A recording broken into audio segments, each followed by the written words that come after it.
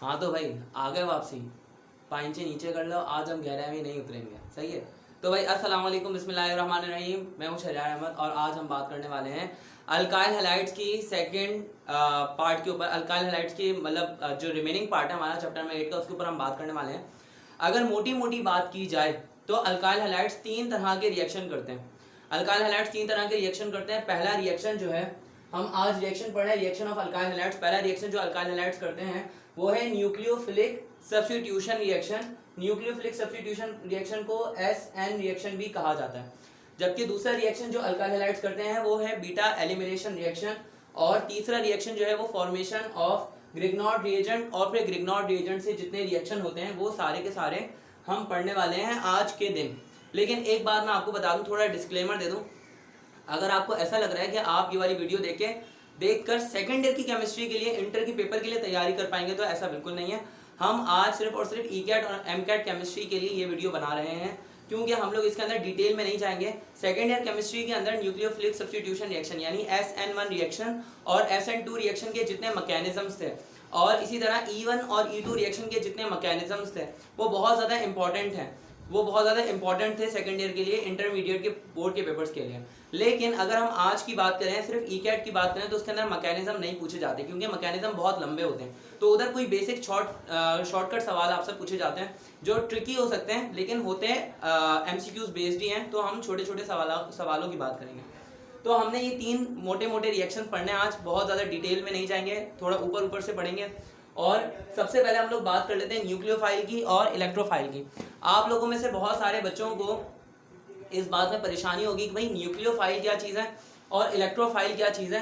तो पेपर में भी ये सवाल आता है, तो आप याद कर लें। न्यूक्लियोफाइल एक ऐसा कंपाउंड है जहाँ पे इलेक्ट्रॉन की एफिशिएंसी है, यानी जिधर इलेक्ट्रॉन ज़्यादा है। तो ये क्या होते हैं, ये इलेक्ट्रॉन एफिशिएंट होते हैं। इलेक्ट्रॉन एफिशिएंट होने का मतलब ये है कि यहाँ पे इलेक्ट्रॉन की ज्यादती है, इलेक्ट्रॉन ज्यादा है यहाँ पे, और इलेक्ट्रॉन ज्यादा होने की वजह से इसके ऊपर नेगेटिव चार्ज होता है। इलेक्ट्रोफाइल वो चीज होती है जो कि इलेक्ट्रॉन डेफिशिएंट होती है, यानी इसके अंदर इलेक्ट्रॉन की कमी होती है। ये इलेक्ट्रॉन डेफिशिएंट होती है और इसके ऊपर होता है पॉजिटिव चार्ज। तो इलेक्ट्रोफाइल वो है जिसके ऊपर पॉजिटिव चार्ज है या वो पॉजिटिव रेडिकल है, और न्यूक्लियोफाइल वो है जिसके ऊपर नेगेटिव चार्ज है, नेगेटिव रेडिकल है, या फिर इसको इलेक्ट्रॉन एफिशिएंट भी माना जाता है। अच्छा, हम बात करने वाले हैं आज पहले रिएक्शन के बारे में, न्यूक्लियोफिलिक सब्स्टिट्यूशन रिएक्शन।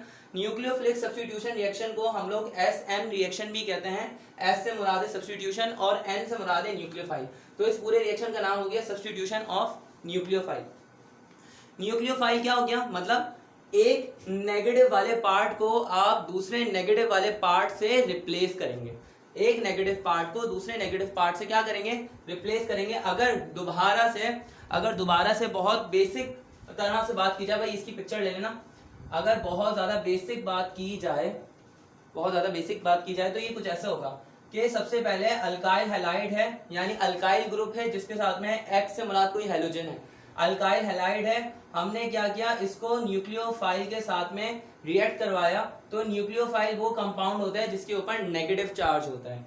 अब यहाँ पे क्या होगा कि ये वाला बॉन्ड इनका ब्रेक हो जाएगा। जब बॉन्ड ब्रेक हो जाएगा तो ये वाला न्यूक्लियोफाइल यहाँ पे आके अटैच हो जाएगा और वो X को रिप्लेस कर देगा। जब X को रिप्लेस कर देगा तो ये क्या हो जाएगा, R अल्काइल ग्रुप ऐसे ही आ गया, और उसके साथ में लग जाएगा NU, यानी जो भी न्यूक्लियोफाइल होगा वो आकर लग जाएगा। और यहाँ पे X अलग हो जाएगा। अब देखो X के ऊपर भी नेगेटिव चार्ज होता है, यानी ये नेगेटिव वाला पार्ट अलग हो जाएगा। अब मैं आपको बताता हूँ, जो न्यूक्लियोफाइल होते हैं, न्यूक्लियोफाइल अलग अलग टाइप्स के होते हैं। बहुत सारी टाइप्स में आपको बता सकता हूँ। न्यूक्लियोफाइल के ऊपर सबके ऊपर नेगेटिव चार्ज होगा, जैसे कि OH माइनस आइन हो सकता है, या CN माइनस आइन हो सकता है, या R माइनस हो सकता है, या कोई और सा कंपाउंड जो कि मेरे ध्यान में नहीं आ रहा है वो हो सकता है, H माइनस हो सकता है। मतलब ये सारे न्यूक्लियोफाइल मैंने लिख दिए हैं, जिसके कंपाउंड के ऊपर भी नेगेटिव चार्ज होगा वो न्यूक्लियोफाइल कहलाएगा। अब देखो, न्यूक्लियोफाइल रिएक्शन जो होते हैं, SN रिएक्शन जो होते हैं, वो 2 टाइप्स के होते हैं। पहला होता है SN1 रिएक्शन और दूसरा होता है SN2 रिएक्शन। पहला होता है SN1 रिएक्शन, ये SN1 रिएक्शन, और दूसरा होता है भाई SN2 रिएक्शन। SN1 रिएक्शन जो होता है, इसके अंदर मैंने गलत लिख दिया थोड़ा सा, यहाँ पे ये वाला है SN1 रिएक्शन और ये वाला है SN2 रिएक्शन। सॉरी, आप इसको सही कर लिएगा। ये वाला है SN2 रिएक्शन और ये वाला है SN1 रिएक्शन। मैं आपको बताता हूँ, SN2 रिएक्शन के अंदर सिंगल स्टेप होता है, यानी कि एक ही स्टेप में सारा काम हो जाता है। SN2 रिएक्शन के अंदर एक ही स्टेप होता है, सिंगल स्टेप में सारा काम हो जाता है। ये प्राइमरी अल्काइल हैलाइड के अंदर होता है और सेकेंडरी अल्काइल हैलाइड के अंदर होता है। सेकेंडरी अल्काइल हैलाइड के अंदर जो होता है, सेकेंडरी अल्काइल हैलाइड के अंदर SN2 रिएक्शन भी होता है और सेकेंडरी अल्काइल हैलाइड के अंदर SN1 रिएक्शन भी होता है। सेकेंडरी अल्काइल हैलाइड के अंदर SN2 रिएक्शन उस वक्त होता है जब यहाँ पे सॉल्वेंट नॉन पोलर हो, और सेकेंडरी अल्काइल हैलाइड के अंदर SN1 रिएक्शन उस वक्त होता है जब सॉल्वेंट पोलर हो। अब देखो, पोलर वो होता है जिसके अंदर पार्शियल पॉजिटिव और पार्शियल नेगेटिव चार्जेस होते हैं, और नॉन पोलर वो होता है जिसके अंदर पार्शियल पॉजिटिव चार्ज और पार्शियल नेगेटिव चार्जेस नहीं होते। अब देखो यहाँ पे एक सेकेंड, देखो भाई यहाँ पे SN2 रिएक्शन के अंदर एक ट्रांजिशन स्टेट आती है। ट्रांजिशन स्टेट का मतलब यह है कि एक स्टेट ऐसी आएगी जिसके अंदर न्यूक्लियोफाइल जो है ना आ रहा होगा और जो हैलोजन ग्रुप है वो जा रहा होगा और दोनों साथ में अटैच हुए होंगे। इसके अंदर ऐसा कुछ भी नहीं होता, इसके अंदर दो स्टेप होते हैं। पहले स्टेप के अंदर हैलोजन ग्रुप चला जाता है और अगले स्टेप के अंदर न्यूक्लियोफाइल आ जाता है। जबकि इसके अंदर क्या होता है, इसके अंदर दोनों काम साथ में होते हैं, जाता भी है और आता भी है। एक जाएगा तो दूसरा आएगा, ऐसा वाला सीन है। मैं आपको एग्जांपल से समझाऊंगा दोनों के दोनों। कंडीशंस याद कर लें। SN2 रिएक्शन के लिए कंडीशन है कि यहाँ पे सॉल्वेंट जो है वो हमेशा नॉन पोलर ही होना चाहिए, और यहाँ पे इनकमिंग न्यूक्लियोफाइल जो है, जो न्यूक्लियोफाइल आगे रिप्लेस कर रहा है, वो स्ट्रॉन्गर होना चाहिए अल्काइल हैलाइड से, यानी कि हैलोजन ग्रुप से ज्यादा स्ट्रॉन्ग होना चाहिए। अब यहाँ पे इसकी एक ही कंडीशन है SN1 रिएक्शन की कि यहाँ पे सॉल्वेंट जो होना चाहिए वो पोलर होना चाहिए। ये इसकी कंडीशन है, यहाँ पे कोई ट्रांजिशन स्टेट नहीं आती। अब देखो मैं आपको करके बताता हूँ, बहुत ज्यादा सिंपल है। अगर हम दोबारा क्या करें, अगर हम दोबारा से यहाँ पर SN2 रिएक्शन को समझें। SN2 रिएक्शन के अंदर दोनों काम एक ही वक्त में हो जाते हैं। SN2 रिएक्शन के अंदर दोनों काम एक ही वक्त में हो जाते हैं। तो बहुत सिंपल है, जैसे मान लो यहाँ पे है अल्काइल हैलाइड। अब ये अल्काइल हैलाइड है और यहाँ पे मान लो कोई न्यूक्लियोफाइल आ गया, OH माइनस आ गया। ये OH माइनस क्या करेगा, इस वाले अल्काइल ग्रुप को रिप्लेस करने की कोशिश करेगा। इस वाले अल्काइल ग्रुप को रिप्लेस करने की कोशिश करेगा तो ये हैलोजन क्या होगा, यहाँ से हटना शुरू हो जाएगा, क्योंकि OH माइनस ज्यादा ताकतवर है, वो ज्यादा पावर से X को हटा देगा, यानी हैलोजन ग्रुप को हटा देगा। तो बीच में कोई एक ऐसी स्टेट आएगी जहां पे बीच में अल्काइल ग्रुप ये लगा हुआ, अल्काइल ग्रुप ये लगा हुआ, और यहाँ पे ये किसके साथ में अटैच है, X के साथ में, यानी हैलोजन ग्रुप के साथ में अटैच है। और दूसरी साइड पे क्या चीज आ रही है, दूसरी साइड पे आ रही है OH माइनस आइन, यानी कि दूसरी साइड पे दूसरा न्यूक्लियोफाइल आ रहा है। OH माइनस आइन एक साइड से आ रहा है और X दूसरी साइड से जा रहा है। यहाँ पे OH माइनस आइन आ रहा है और X जा रहा है, ऐसा वाला सीन है, यानी कि एक आ रहा है दूसरा जा रहा वाला सीन है। लेकिन जब दरमियान में एक स्टेट आएगी जब दोनों साथ में अटैच होंगे, यानी अल्काइल ग्रुप के साथ में हैलोजन ग्रुप भी अटैच होगा, OH माइनस ग्रुप भी अटैच होगा, ये वाली स्टेट कहलाती है ट्रांजिशन स्टेट। अब क्योंकि इसके अंदर दोनों काम एक ही वक्त में होते हैं तो इसलिए बीच में ट्रांजिशन स्टेट आ जाती है, यानी दोनों साथ में हैलोजन ग्रुप और OH माइनस ग्रुप दोनों एक ही वक्त में यहाँ पे मौजूद होते हैं। फिर क्या होता है, थोड़ी देर बाद यहाँ से हैलोजन ग्रुप चला जाता है, उसको गैरत आ जाती है, वो चला जाता है, गुस्सा आ जाता है, तो X माइनस आइन अलग हो जाता है और यहाँ पे R के साथ में क्या लग जाएगा, OH लग जाएगा, यानी जो भी न्यूक्लियोफाइल होगा वो यहाँ पे आके अटैच हो जाएगा। अगर मैं SN1 रिएक्शन की बात करता हूँ, SN1 रिएक्शन के अंदर क्या होता है, दोनों काम अलग अलग स्टेप में होते हैं। जैसे मान लो SN1 रिएक्शन होता है टर्शरी अल्काइल हैलाइड के अंदर, कि यहाँ पे मान लो हैलोजन ग्रुप आ गया, यहाँ पे कार्बन, नीचे भी एक अल्काइल ग्रुप है, यहाँ पे भी अल्काइल ग्रुप है और यहाँ पे भी अल्काइल ग्रुप है। अब सबसे पहला काम तो ये होगा फर्स्ट स्टेप के अंदर कि यहाँ से हैलोजन ग्रुप अलग हो जाएगा, हैलोजन ग्रुप के ऊपर नेगेटिव चार्ज आ जाएगा और कार्बन के ऊपर पॉजिटिव चार्ज आ जाएगा। तो ये हो जाएगा कार्बन के ऊपर पॉजिटिव चार्ज C+, यहाँ पे R अलग, ये R अलग हो गया और ये वाला R अलग हो गया, प्लस यहाँ पे हैलोजन के ऊपर नेगेटिव चार्ज आ गया। अब ये वाला जो कंपाउंड है, ये वाला कंपाउंड कहलाता है कार्बोनियम आइन, ठीक है। इसके बाद क्या होगा, यहाँ पे नेक्स्ट स्टेप के अंदर ये वाला जो कार्बन के ऊपर पॉजिटिव चार्ज है ये रिएक्ट कर लेगा किसी न्यूक्लियोफाइल से, ये न्यूक्लियोफाइल के साथ में, ये किसी न्यूक्लियोफाइल के साथ में रिएक्ट कर लेगा। न्यूक्लियोफाइल के ऊपर नेगेटिव चार्ज होता है। अब न्यूक्लियोफाइल कुछ भी हो सकता है, जैसे मान लो यहाँ पे वापसी OH हो गया, OH के साथ में इसने रिएक्ट कर लिया। अब देखो यहाँ पे पॉजिटिव चार्ज और नेगेटिव चार्ज तो ऑलरेडी पहले से मौजूद है, तो ये दोनों जल्दी रिएक्शन कर लेंगे, फास्ट रिएक्शन करेंगे और ये इमीडिएट हो जाएगा प्रोसेस। तो ये क्या हो जाएगा, कार्बन, उसके ऊपर अल्काइल ग्रुप, इधर भी अल्काइल ग्रुप, नीचे भी अल्काइल ग्रुप, और यहाँ पे क्या आ जाएगा, OH आ जाएगा, यानी जो भी न्यूक्लियोफाइल होगा वो यहाँ पे अटैच हो जाएगा। इसके अंदर पहला स्टेप स्लो होता है, स्लो स्टेप होता है, इसलिए फर्स्ट स्टेप इसके अंदर स्लो होता है, तो स्लो स्टेप को कहा जाता है रेट डिटरमाइनिंग स्टेप, यानी इससे इस रिएक्शन की स्पीड पता चलती है। दूसरा रिएक्शन जो होता है वो फास्ट होता है बहुत ज्यादा, तो उस फास्ट स्टेप से इस पूरे रिएक्शन की स्पीड पता नहीं लगती। तो बस ये दो स्टेप्स होते हैं इसके अंदर। इसके अंदर एक ही स्टेप में सारा काम होता है, इसके अंदर दो स्टेप्स में सारा काम होता है। इसके अंदर कोई ट्रांजिशन स्टेट नहीं आई, क्योंकि हैलोजन ग्रुप अलग स्टेप में अलग हो रहा है और न्यूक्लियोफाइल अलग स्टेप में आके अटैच हो रहा है। इसके अंदर दोनों साथ में अटैच हो रहे हैं, तो इसलिए दोनों काम साथ में हो रहे हैं। तो यहाँ पे ट्रांजिशन स्टेट होती है, यहाँ पे ट्रांजिशन स्टेट नहीं होती। और एक बात याद कर लिएगा कि SN2 रिएक्शन जो होता है उसके लिए कंडीशन क्या है कि यहाँ पे सॉल्वेंट नॉन पोलर होना चाहिए, और ये होता है प्राइमरी अल्काइल हैलाइड में और सेकेंडरी अल्काइल हैलाइड में। और SN1 रिएक्शन जो होता है वो टर्शरी अल्काइल हैलाइड में होता है और सेकेंडरी अल्काइल हैलाइड में उस वक्त होता है जब पोलर सॉल्वेंट हो। तो बस ये कुछ कंडीशन है इसकी, अपने ध्यान के अंदर रख लिएगा। आगे बढ़ते हैं, बीटा एलिमिनेशन रिएक्शन के ऊपर बढ़ते हैं।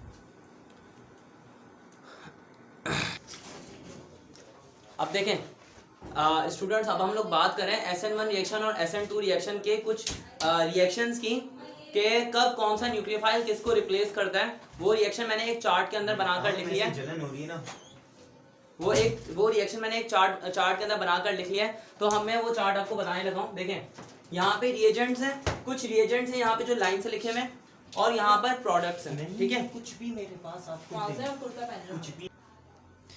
तो भैया हम लोग बात कर रहे थे SN1 और SN2 रिएक्शंस के अंदर कौन कौन से रिएजेंट्स और कौन कौन से प्रोडक्ट्स, मतलब सिंपल अल्फाज के अंदर कौन सा न्यूक्लियोफाइल कैसे रिप्लेस करता है और कौन सी प्रोडक्ट बनती है, हम उसकी बात करने वाले हैं। SN1 और SN2 रिएक्शन के अंदर मैंने एक चार्ट बना दिया है।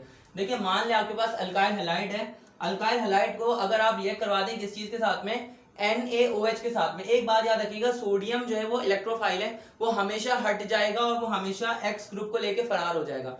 सोडियम हमेशा X ग्रुप को लेगा और फरार हो जाएगा, बाकी सारे जो होंगे जो बचेंगे वो रिएक्ट कर लेंगे अल्काइल ग्रुप के साथ में। एग्जाम्पल के तौर पर बता रहा हूँ, अगर यहाँ पे हमारे पास है अल्काइल हैलाइड, हमारे पास है अल्काइल हैलाइड, अल्काइल हैलाइड को हमने रिएक्ट करवा दिया NaOH के साथ में, तो ये क्या होगा कि OH ग्रुप रिएक्ट कर लेगा R के साथ में, तो ये बन जाएगा ROH प्लस X, किसकी चीज, X जो है वो हेलोजन है, वो रिएक्ट कर लेगा Na के साथ में, तो बना लेगा NaX, वो बना लेगा NaX। और NaX से मुराद कोई भी चीज हो सकती है, क्लोरीन, फ्लोरीन, ब्रोमीन, आयोडीन। तो यहाँ पे अगर मान लो X की जगह पे क्या हो गया, क्लोरीन या ब्रोमीन हो गया, तो ये कंपाउंड क्या होगा, NaCl या फिर NaBr, कुछ भी हो सकता है, ठीक है, कुछ भी दिखाया जा सकता है।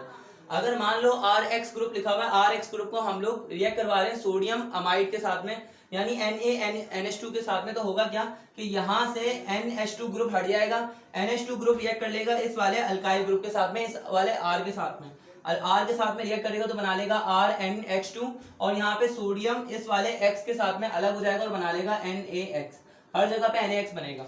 यहाँ पे अगर इस अल्काइल हैलाइड को रिएक्ट करवा दिया जाए NaCN के साथ में, तो होगा क्या कि यहाँ से CN ग्रुप रिएक्ट कर लेगा किस चीज के साथ में, अल्काइल ग्रुप के साथ में रिएक्ट कर लेगा और बना लेगा RCN, जबकि यहाँ पे NaX ग्रुप के साथ में रिएक्ट करके बना लेगा NaX, ठीक है। इसी तरह से अगर RX रिएक्ट कर ले किस चीज के साथ में, RONA के साथ में रिएक्ट कर ले, तो यहाँ पर ये कंपाउंड क्या होगा कि यहाँ से ये सोडियम अलग हो जाएगा, सोडियम रिएक्ट कर लेगा X के साथ में और बना लेगा NaX, और यहाँ पर RO रिएक्ट कर लेगा R के साथ में, दूसरे वाले R के साथ में, तो बना लेगा ROR, और इस कंपाउंड का नाम है ईथर, ठीक है। यहाँ पे अगर यहाँ पे RX को रिएक्ट करवा दिया जाए RCOONA के साथ में, तो यहाँ पर क्या होगा कि यहाँ पर वापसी ये सोडियम अलग हो जाएगा, सोडियम अलग हो जाएगा, और यहाँ पे सोडियम रिएक्ट कर लेगा X के साथ में, तो बना लेगा NaX, और NaX तो बन गया RCOO रिएक्ट कर लेगा इस वाले R के साथ में, यानी बना लेगा RCOOR, इस कंपाउंड का नाम हो जाता है ईस्टर। अगर दोबारा से RX को रिएक्ट करवाया जाए किसके साथ में, NaHS के साथ में, तो ये सोडियम यहाँ से अलग हो जाएगा, सोडियम अलग हो जाएगा और X ग्रुप को लेके अलग हो जाएगा, तो बना लेगा NaX, और बाकी जो चीज बची R बचा यहाँ पे, R ने HS के साथ में हाइड्रोजन सल्फाइड के साथ में रिएक्ट करके बना लिया RHS, ठीक है। तो इस तरह से कुछ कंपाउंड्स हैं, कुछ चार्ट्स मैंने आपको बता दिया। अब हम बात करने लगे बीटा एलिमिनेशन रिएक्शन की। अब देखें हम लोग अब बात करने वाले हैं सेकेंड केमिकल रिएक्शन की ऑफ अल्काइल हैलाइड्स, जिसका नाम है beta elimination reaction. Beta elimination reaction के अंदर आपको एलिमिनेशन से समझ में आ जाएगा कि एलिमिनेशन के अंदर क्या होता है, कोई चीज एलिमिनेट होती है, कोई चीज निकलकर चली जाती है और उसकी जगह पे रिप्लेसमेंट में कोई चीज नहीं आती।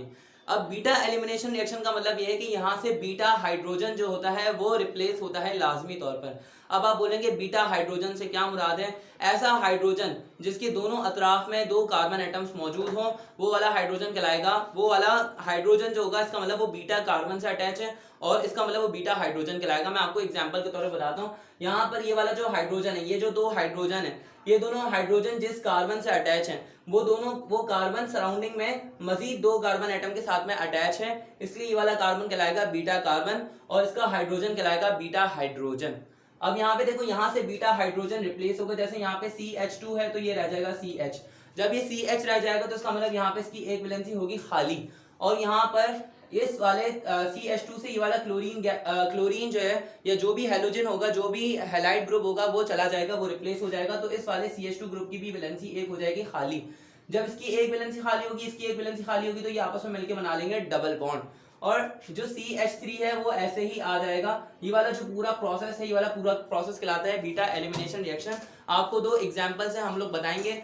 एलिमिनेशन रिएक्शन जो होते हैं वो 2 टाइप्स के होते हैं, एक होता है E1 रिएक्शन और एक होता है E2 रिएक्शन। E1 रिएक्शन जो होता है उसका नाम होता है यूनिमॉलिक्यूलर एलिमिनेशन रिएक्शन और E2 रिएक्शन का मतलब यह है कि इसका नाम होता है बायमॉलिक्यूलर एलिमिनेशन रिएक्शन। इसके अंदर क्या होता है, काम दोनों में सेम होता है, लेकिन इसके अंदर क्या होता है कि 2 स्टेप्स में काम होता है और इसके अंदर एक स्टेप के अंदर काम होता है। इसके अंदर 2 मॉलिक्यूल्स निकलकर एलिमिनेट हो जाते हैं और इसके अंदर से भी 2 मॉलिक्यूल्स निकलकर एलिमिनेट हो जाते हैं, लेकिन एक ही स्टेप में और इसके अंदर 2 अलग अलग स्टेप्स में। ये वाला E1 रिएक्शन जो होता है वो टर्शियरी अल्काइल हैलाइड्स के अंदर होता है और साथ में सेकेंडरी अल्काइल हैलाइड्स के अंदर होता है। सेकेंडरी अल्काइल हैलाइड्स के लिए शर्त क्या है कि आपके पास जो सॉल्वेंट है वो हमेशा पोलर होना चाहिए। एग्जाम्पल्स हम आपको बताएंगे। और यहाँ पे बायोमोलिकुलर एलिमिनेशन रिएक्शन जो है वो E2 रिएक्शन जो है वो प्राइमरी अल्काइल हैलाइड्स के अंदर होता है और सेकेंडरी अल्काइल हैलाइड्स के अंदर होता है। सेकेंडरी अल्काइल हैलाइड्स के लिए शर्त क्या है कि यहाँ पर जो सॉल्वेंट है वो हमेशा नॉन पोलर होना चाहिए। अब मैं आपको 2 एग्जांपल्स बताता हूँ, एक E1 की और एक E2 की। जनरल एग्जांपल्स बताता हूँ, आपको समझ आ जाएगा। देखो, मान लो आपके पास एक कंपाउंड लिखा हुआ है, यहाँ पर टर्शियरी अल्काइल हैलाइड वाला हम लोग ले रहे हैं। तो टर्शियरी अल्काइल हैलाइड के अंदर क्या होता है, कार्बन है, कार्बन की सराउंडिंग के अंदर 3 अल्काइल ग्रुप अटैच है। मैंने कार्बन की सराउंडिंग में 3 मिथाइल ग्रुप अटैच कर दिए। अब यहाँ पर क्या होगा, इसके साथ में कोई X लगा हुआ है। X से मुराद हैलोजन ग्रुप यानी फ्लोरीन, क्लोरीन, ब्रोमीन, आयोडीन। अब देखो यहाँ पे क्या होगा, हम इसको एलिमिनेट कर रहे हैं, X को एलिमिनेट कर रहे हैं। तो फर्स्ट स्टेप के अंदर यहाँ से X एलिमिनेट हो जाएगा। जब X एलिमिनेट होगा तो X के ऊपर आएगा नेगेटिव चार्ज और कार्बन के ऊपर आएगा पॉजिटिव चार्ज। तो ये क्या होगा, यहाँ पर कार्बन ऐसे ही आ गया, ये वाला कार्बन ऐसे ही आ गया, ये CH3 आ गया, यहाँ पर आ गया CH3, नीचे भी क्या आ गया CH3। कार्बन के ऊपर आ गया पॉजिटिव चार्ज और X के ऊपर आ गया नेगेटिव चार्ज।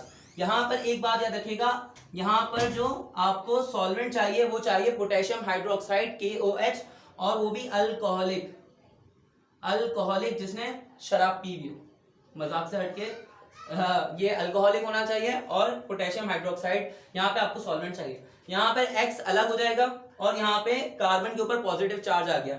नेक्स्ट स्टेप के अंदर क्या होगा कि यहाँ से ये वाला हाइड्रोजन भी रिप्लेस हो जाएगा, ये वाला हाइड्रोजन हट जाएगा। तो इस वाले कार्बन की 2 वैलेंसीज हो जाएंगी खाली, मतलब इस वाले कार्बन की भी एक वैलेंसी हो जाएगी खाली और इस वाले कार्बन की भी एक वैलेंसी हो जाएगी खाली। तो दोनों मिलकर बना लेंगे डबल बॉन्ड। अभी करके दिखाते हैं। देखो यहाँ पर क्या होगा, ये कार्बन के ऊपर था पॉजिटिव चार्ज, यहाँ पे कार्बन के ऊपर था पॉजिटिव चार्ज, नीचे आ गया C और यहाँ पे भी आ गया CH3। अब देखो ये वाला हाइड्रोजन यहाँ से हट गया। जब यहाँ से हाइड्रोजन हट जाएगा तो ये हो जाएगा CH2 और यहाँ पे C ऐसे आ गया, प्लस का चार्ज आ गया, यहाँ पे आ गया CH3 और नीचे क्या आ गया CH3। अब देखो हो क्या रहा है, इस वाले कार्बन के ऊपर है पॉजिटिव चार्ज, इसका मतलब यह है कि इधर अभी इलेक्ट्रॉन की डेफिशिएंसी है, यानी कि अभी इसकी एक वैलेंसी अभी खाली है। इसकी एक वैलेंसी खाली है तो इसकी एक वैलेंसी हो गई ये वाली खाली। इसने अपना एक हाइड्रोजन लॉस किया है, यहाँ पे इसके पास CH3 थे, यहाँ पे होगा CH2। एक इसने हाइड्रोजन लॉस किया तो इसकी भी एक वैलेंसी खाली है, दोनों की एक वैलेंसी खाली है, दोनों मिलकर बना लेंगे डबल बॉन्ड। यहाँ से एक हाइड्रोजन अलग हो जाएगा, ये वाला हाइड्रोजन अलग हो जाएगा, H+ अलग हो जाएगा।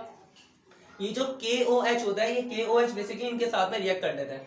K जो होता है वो X के साथ में रिएक्ट करके बना लेते हैं KX। मेरे पास जगह थोड़ी कम है, ये बना लेते हैं KX और OH इस वाले H के साथ में रिएक्ट करके बना लेते हैं H2O। तो दुनिया में कोई चीज भी गैर जरूरी नहीं है, सब काम की चीज है। अब देखो ये थी एग्जांपल उसकी। यहाँ पे अगर मैं बायोमोलिकुलर रिएक्शन की बात करूं, बायोमोलिकुलर एलिमिनेशन रिएक्शन की, तो इसके अंदर क्या होता है, इसकी एग्जांपल के अंदर बता रहा हूँ, ये एक ही स्टेप के अंदर होता है सारा काम। इधर प्राइमरी अल्काइल हैलाइड की बात कर लेते हैं। मान लो लिखा हुआ है यहाँ पे CH3 CH2 और लिखा हुआ है Cl। इसके लिए भी आपको क्या चाहिए, पोटेशियम हाइड्रोक्साइड चाहिए, KOH चाहिए, अल्कोहलिक यानी शराब पी भी हो जिसने। इसके अंदर आएगी ट्रांजिशन स्टेट। इसके अंदर ट्रांजिशन स्टेट आती है, ट्रांजिशन स्टेट आती है, और उसके अंदर कोई ट्रांजिशन स्टेट नहीं आती, यानी जो SN1 और SN2 का चक्कर था वही चक्कर यहाँ पर भी है।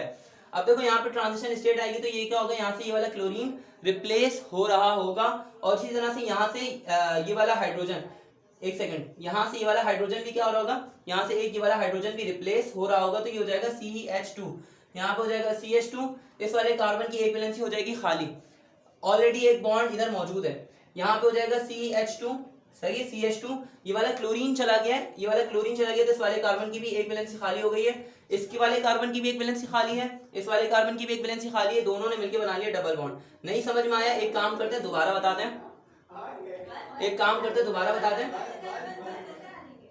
एक सेकंड मोबाइल चेक कर लो, हाँ बेहतरीन, दोबारा बताते हैं भाई। देखो यहाँ पे CH3 CH2 लिखा हुआ है, CH3 CH2 Cl।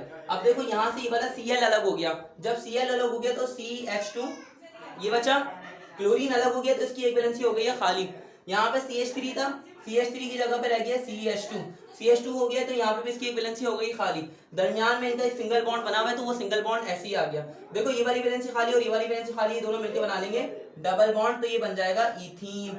बात समझ में आ गई। अब इस तरह से आगे यहाँ पे पोटेशियम इस वाले क्लोरीन के साथ में रिएक्ट कर लेगा तो बना लेगा KCl प्लस यहाँ पे OH रिएक्ट कर लेगा, जो हाइड्रोजन यहाँ से निकला उससे तो बना लेगा H2O। ये पूरा प्रोसेस एक ही रिएक्शन के अंदर हो रहा है। मैंने ट्रांजिशन स्टेट बनाकर इसलिए नहीं दिखाई है क्योंकि मेरे पास टाइम कम है और वो पेपर में आएगी भी नहीं, आपकी ECAT के पेपर के अंदर सेकंड ईयर के पेपर में आती थी। तो अब इसको आप जल्दी से नोट करें और आखिरी हम लोग बात करें ग्रिग्नॉर्ड रिएजेंट की, उसको जल्दी जल्दी खत्म करते हैं।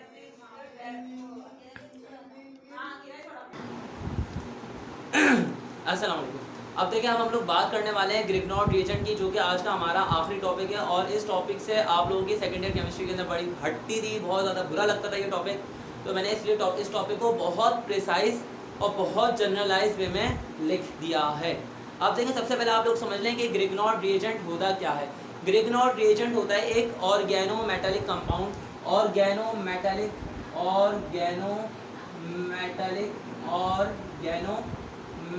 कंपाउंड होता है। ये क्या होता है? Organometallic compound. ऑर्गेनोमेटालिक कंपाउंड का मतलब ये है कि एक साइड पे होगा कोई सा ऑर्गेनिक कंपाउंड। ऑर्गेनिक कंपाउंड के अंदर हमने फिलहाल ले लिया अल्काइल ग्रुप यानी आर से मुराद है alkyl group, ethyl, ethyl propyl वगैरह। मेटल यहाँ पे होगा मैग्नीशियम और साथ में लग जाएगा कोई सा भी हेलोजन ग्रुप। यहाँ पे हेलोजन ग्रुप को हम लोग एक्स से रिप्रेजेंट कर रहे हैं, एक्स से मुराद है हेलोजन ग्रुप यानी हेलाइड ग्रुप, ठीक है।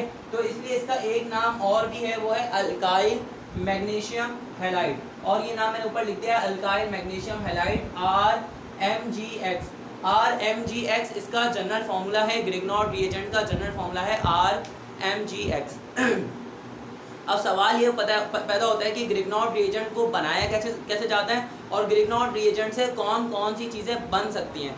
तो देखो हम लोग बात कर रहे हैं सबसे पहले ग्रिग्नॉर्ड रिएजेंट की प्रिपरेशन की। हमारे पास RX से मुराद है अल्काइल हैलाइड, यानी कोई भी अल्काइल ग्रुप हो गया, मान लो मिथाइल हो गया CH3, हैलाइड ग्रुप के अंदर मान लो Cl हो गया, तो CH3Cl हो गया एक अल्काइल हैलाइड ग्रुप। मैग्नीशियम साथ में लगा दो। अब देखो इस कंपाउंड को हम लोग रिएक्ट करवाएंगे in the presence of ether. Ether की प्रेजेंस में जब हम इसको करवाएंगे तो क्या होगा, हमारा अल्काइल ग्रुप CH3 ग्रुप ऐसे ही आ गया जैसे यहाँ पर है, मैग्नीशियम बीच में आ गया और साथ में जो क्लोरीन है वो यहाँ पर आ गया। तो इसका जनरल फॉर्मूला क्या हो गया, R यानी अल्काइल ग्रुप, बीच में आ गया मैग्नीशियम और साथ में क्या आ गया X से मुराद कोई सा भी हेलोजन ग्रुप यानी कि फ्लोरीन, क्लोरीन, ब्रोमीन, आयोडीन वगैरह। अब देखो इसकी केमिकल प्रॉपर्टीज की बात करो, अगर RMgX से क्या मुराद है, ग्रिग्नॉर्ड रिएजेंट। अगर ग्रिग्नॉर्ड रिएजेंट को वाटर के साथ में रिएक्ट करवाया जाए तो अल्केन बनता है, साथ में दूसरी चीज़ बनती है, दूसरी चीज़ से फिलहाल हमारा कोई लिंक नहीं है, कोई सरोकार नहीं है। अगर ग्रिग्नॉर्ड रिएजेंट को वाटर के साथ में रिएक्ट करवाया जाए तो बनता है अल्केन। अगर ग्रिग्नॉर्ड रिएजेंट को अल्कोहल के साथ में रिएक्ट करवाया जाए तो भी बनता है अल्केन। अगर ग्रिग्नॉर्ड रिएजेंट को अमोनिया गैस के साथ में रिएक्ट करवाया जाए तो भी बनता है अल्केन। अगर ग्रिग्नॉर्ड रिएजेंट को अमाइन के साथ में रिएक्ट करवाया जाए तो भी बनता है अल्केन। अगर ग्रिग्नॉर्ड रिएजेंट को अल्काइल हैलाइड के साथ में रिएक्ट करवाया जाए तो भी बनता है अल्केन। अगर ग्रिग्नॉट रिएजेंट को कार्बन डाइऑक्साइड के साथ में रिएक्ट करवाया जाए तो बनता है कार्बोक्सिलिक एसिड। अगर ग्रिग्नॉट रिएजेंट को अल्डिहाइड से, अल्डिहाइड जिसका फंक्शनल ग्रुप क्या होता है CHO, इसका फंक्शनल ग्रुप होता है, अगर उसके साथ में रिएक्ट करवाया जाए तो बनता है अल्कोहल। लेकिन अल्कोहल कौन सा, प्राइमरी अल्कोहल या फिर सेकेंडरी अल्कोहल, जिसको हम 1 डिग्री या 2 डिग्री अल्कोहल भी कहते हैं। अगर ग्रिग्नॉट रिएजेंट को रिएक्ट करवाया जाए कीटोन के साथ में तो बनता है अल्कोहल, लेकिन कौन सा, 3rd डिग्री अल्कोहल, जिसको हम लोग 3 डिग्री अल्कोहल, जिसको हम लोग टर्शरी अल्कोहल भी कहते हैं। अब यहाँ पे आज का लेक्चर हम यहाँ पे फिलहाल खत्म करते हैं। उम्मीद है मेरी वीडियो आपको पसंद आई होगी। नोट्स की लिंक मैं आपको नीचे डिस्क्रिप्शन के अंदर इंशाल्लाह ताला दे दूंगा, आप लोग देख लीजिएगा और आप लोग अपने दोस्तों को भी सेंड करिएगा। अगर मेरा चैनल पसंद आता है तो भाई कोने में जो लाइक बटन है उसको ठोको, सब्सक्राइब बटन को भी क्या नाम है दबा दो भाई, कैसे भी दबाओ मुझे नहीं पता। अपना ख्याल रखो, क्या अल्लाह हाफ़िज़।